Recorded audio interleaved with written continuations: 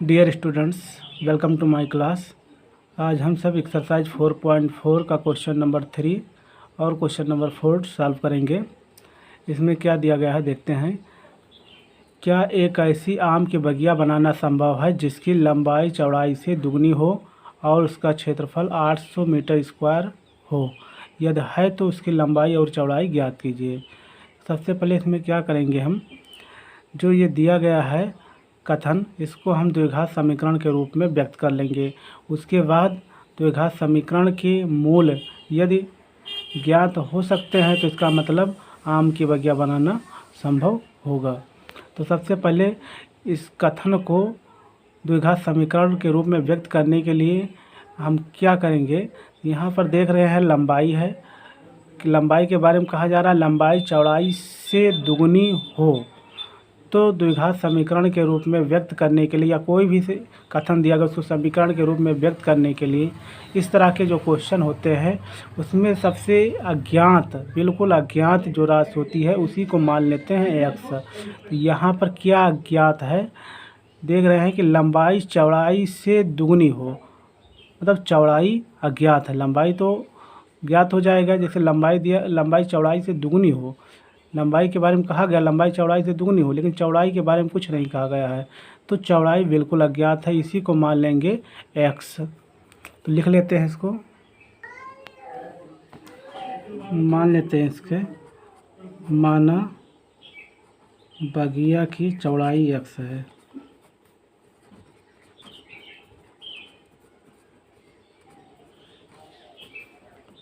बराबर x metre मान लेते हैं। तब लंबाई लिख लेंगे। लंबाई क्या कहा जा रहा है, प्रश्न के अनुसार, प्रश्न को पढ़ेंगे उसी के अनुसार हमको सेट करना है। लंबाई चौड़ाई से दुगनी हो, चौड़ाई कितना है एक्स, लंबाई इसका दुगना है मतलब 2x, 2 से गुणा कर दिया गया।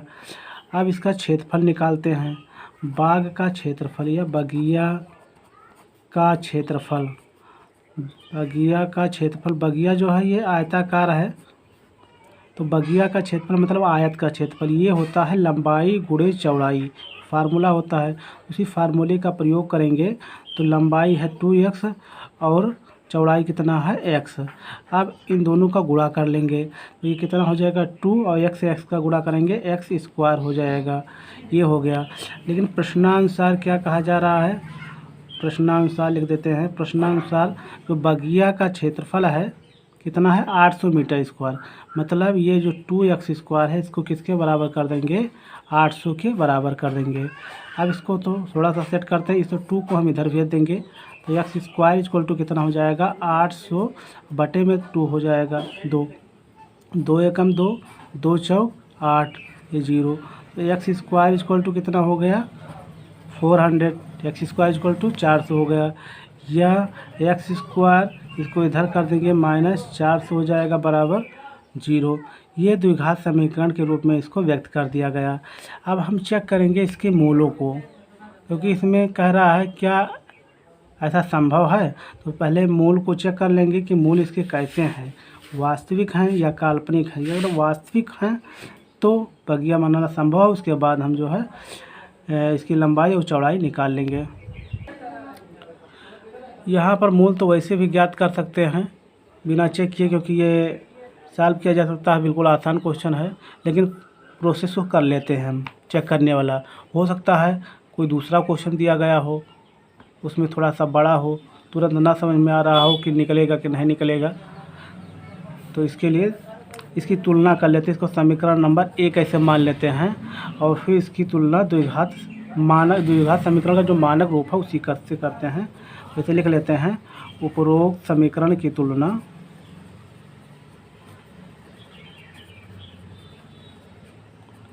इसका द्विघात समीकरण का जो मानक रूप है ये है ax² + bx + c = 0 से करने पर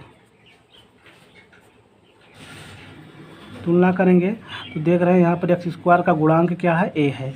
यहाँ पर x² में किसी संख्या से गुणा है 1 से, तो a = कितना है 1, 1 छिपा हुआ है। फिर यहाँ पर देख रहे हैं x का गुणांक कितना है b है, यहाँ पर x वाला पद ही नहीं, इसका मतलब 0 है। सी जो कांस्टेंट है, अचर पद है, वो कितना है यहाँ पर -400, सी इक्वल टू -400।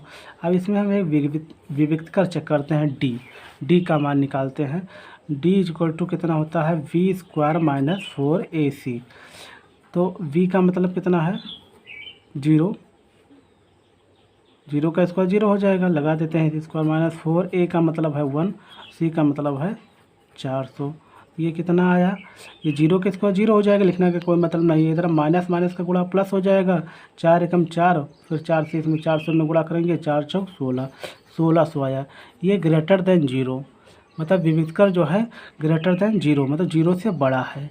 तो जब विविधकर 0 से बड़ा होता है तो समीकरण के जो मूल होते हैं, मतलब इस समीकरण के जो मूल हैं वो कैसे होंगे, वास्तविक होंगे, मतलब बगिया बनाना संभव होता है। यहाँ पर लिख देंगे चूँकि डी इज ग्रेटर देन 0, इसलिए समीकरण के मूल कैसे होंगे, वास्तविक होंगे। समीकरण के मूल वास्तविक हैं, इसे लिख देंगे वास्तविक है, अतः बगिया बनाना संभव है।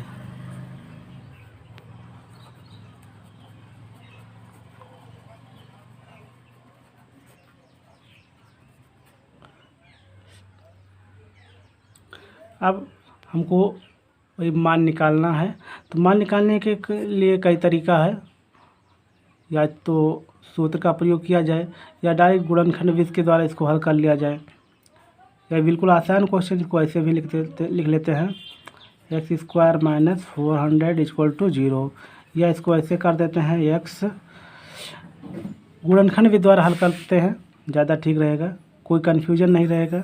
x² - 400 को हम क्या लिख सकते हैं, 20 का स्क्वायर = 0। अब ये उसी तरह से है जैसे a² - b² होता है, ये पढ़े होंगे। a² - b² = क्या होता है, एक ब्रैकेट में a + b और एक ब्रैकेट में a - b हो जाता है। तो इसको हम इस तरह से लिख सकते हैं, एक ब्रैकेट में क्या हो जाएगा, देख रहे हैं यहाँ a के स्थान पर x है और यहाँ पर देख रहे हैं b के स्थान पर 20 है, तो एक ब्रैकेट में x + 20 हो जाएगा, एक ब्रैकेट में x - 20 हो जाएगा = 0। अब a के गुणनखंड को 0 के बराबर लेंगे, तो x + 20 = 0 लेने पर कितना हो जाएगा, x = -20 हो जाएगा। एक वैल्यू आ गई x की। अब लेकिन ये x का मतलब क्या माने हैं हम, यहाँ पर x बाकी चौड़ाई माने हैं, तो माइनस में आया है, माइनस में बाकी चौड़ाई हो नहीं सकती है, इसलिए ये अमान्य हो जाएगा। और दूसरा x - 20 दूसरा गुणनखंड है, इसको 0 के बराबर लेंगे, लिख लेते हैं इसे, तो x = कितना हो जाएगा, 20 हो जाएगा, यही लिया जाएगा। अतः यहाँ नोट कर देंगे x को क्या माना गया है, बाग की चौड़ाई, इसे लिख देते हैं, अतः बाग की चौड़ाई कितनी है, 20 मीटर।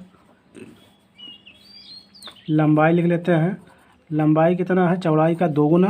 अब चौड़ाई का 2 गुना मतलब इसका दुगुना कर देते हैं, 20 दूना 40 मीटर हो गया, यही आंसर हो गया। नेक्स्ट क्वेश्चन है, क्या निम्न स्थिति संभव है, यदि है तो उनकी वर्तमान आयु ज्ञात कीजिए। 2 मित्रों की आयु का योग 20 वर्ष है, 4 वर्ष पूर्व उनकी आयु वर्षों में का गुणनफल कितना, 48 था। तो ये भी क्वेश्चन उसी तरह से हैं। सबसे पहले इसमें हम मान लेंगे 2 मित्र हैं, उनकी आयु का योग कितना है, 20 वर्ष है। तो योग से संबंधित बताया गया है कैसे माना जाता है, इसके पहले वीडियो बनाया गया है, उस वीडियो को देख सकते हैं। उसमें योग से संबंधित जो क्वेश्चन होते हैं उसमें मानने का तरीका बताया गया है। तो इसमें लिख लेंगे कैसे मानेंगे, मान लेते हैं, माना पहले मित्र की आयु, पहले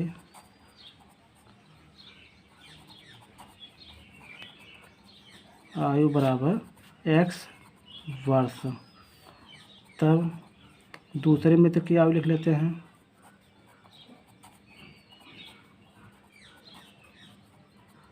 कितना हो जाएगा, अगर योग से संबंधित होता है तो पहला अगर x मानते हैं तो दूसरा कितना हो जाएगा, 20 - x। ये हो गया, ये दोनों मित्रों की आयु मान लिया गया।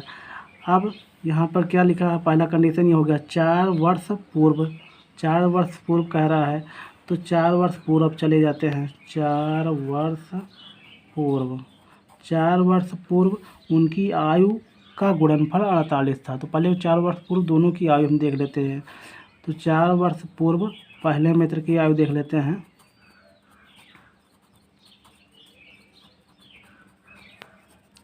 कितना हो जाएगा 4 वर्ष पूर्व, जैसे इस समय तुम 15 साल के हो तो 4 वर्ष पूर्व कितने साल के रहे होगे, 4 घटा दोगे। वैसे ही ये है एक्स, इस समय एक्स वर्ष का है, 4 वर्ष पहले की बात कर रहे हैं, एक्स में से हम 4 घटा देते हैं, एक्स माइनस 4 वर्ष। दूसरे मित्र की आयु देख लेते हैं।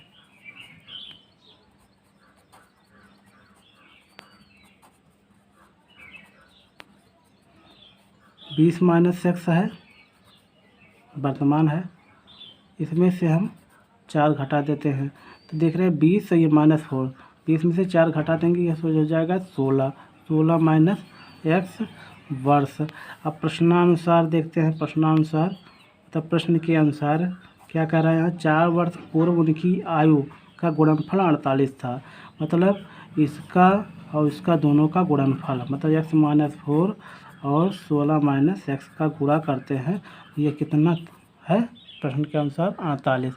अब इसी को हम सरल कर लेते हैं।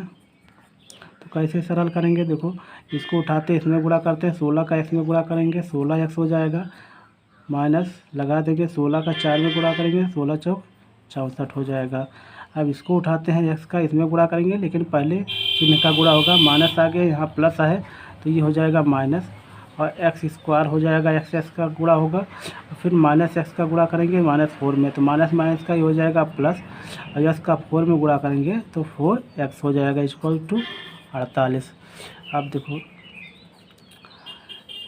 यहाँ पर देख रहे हैं प्लस वाला पद 16x है और ये 4x है, तो 16 4 ये 20x हो गया, -64 ऐसे लिख लेते हैं, फिर उसके बाद माइनस एक्स स्क्वायर है ये लिख लेते हैं, 48 को इधर ले आते हैं, -48 हो जाएगा इक्वल टू 0।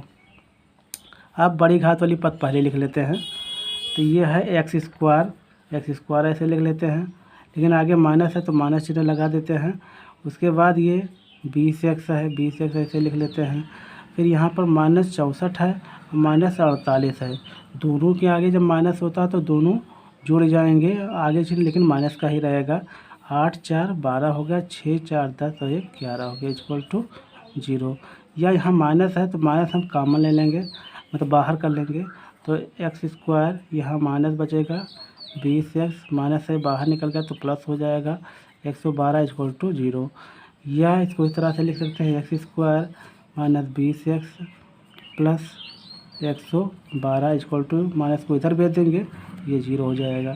यही द्विघात समीकरण हो गया। अब द्विघात समीकरण के मूल यदि वास्तविक होंगे तो ये जो स्थिति है, जो ये बताया जा रहा है, ये संभव होगा। तो मूल वास्तविक होंगे या काल्पनिक होंगे, इसको चेक करने के लिए क्या करते हैं, सबसे पहले हम विविक्तकर निकालेंगे, और विविक्तकर निकालने के लिए इसकी तुलना करेंगे मानक समीकरण, तो द्विघात समीकरण का जो मानक रूप है उससे। तो लिखते हैं उपरोक्त समीकरण की तुलना, ऐसे लिख लेते हैं तुरंत, उपरोक्त समीकरण की तुलना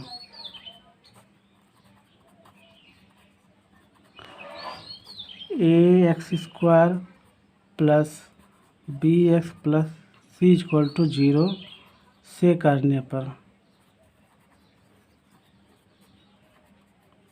तुलना कर देते हैं। अब यहाँ पर ध्यान दो, एक्स स्क्वायर का गुणांक कितना है, a है, यहाँ पर एक्स स्क्वायर का गुणांक कितना 1, तो a इक्वल टू कितना है 1, a equal to 1, v equal to कितना होगा, यहाँ x का गुणांक कितना है v है, और यहाँ x का गुणांक कितना है -20, तो यहाँ v इक्वल टू कितना है -20, और c इक्वल टू, c के स्थान पर कितना है, c यहाँ पर c है, यहाँ c के स्थान पर कितना है 112, तो इधर लिख लेते हैं c इक्वल टू 112, ये हो गया। अब विविक्तकर निकालते हैं, विविक्तकर को d से लिखा जाता है, d equal to v² - 4ac formula होता है, तो v का मतलब है -20, इसका स्क्वायर करेंगे -4, a का मतलब है 1 और इंटू सी का मतलब है 112। तो -20 का स्क्वायर करेंगे तो -20 का स्क्वायर का मतलब है -20 गुणे -20, माइनस माइनस का गुणा हो जाएगा प्लस, तो ये हो जाएगा प्लस। तो बाकी 20 का गुणा करेंगे तो ये हो जाएगा 400, माइनस 4 एकम 4 होगा, 4 से इसमें गुणा कर देंगे तो 4 दूना 8, 4 एकम 4, 4 एकम 4, तो 400 माइनस 448, एक प्लस है माइनस है तो घट जाएगा। तो 400 में से 448 घटाना है तो घटेगा नहीं, तो इसमें से ये घटा देते हैं तो ये कितना बचेगा -48। अब माइनस वाली भी जो भी संख्या होती है वो 0 से लेस होती है, इसे लेस देन 0 लिख देंगे, मतलब 0 से कम होती है। तो यहाँ पर लिख देंगे ऐसे, चूँकि d इज लेस देन 0, इसलिए समीकरण के जो मूल हैं, जो बना है द्विघात समीकरण हमने प्राप्त किया है, उसके मूल, समीकरण के मूल काल्पनिक होंगे, काल्पनिक होंगे। यहाँ पर प्रश्न में देख रहे हैं क्या निम्न स्थिति संभव है। तो अब जब समीकरण के मूल कैसे हैं, काल्पनिक हैं, तो ये स्थिति संभव नहीं है, तो उसको यहाँ पर नीचे नोट कर देंगे, यहीं पर केवल इतना ही लिख देंगे, अतः स्थिति संभव नहीं है, स्थिति संभव नहीं है।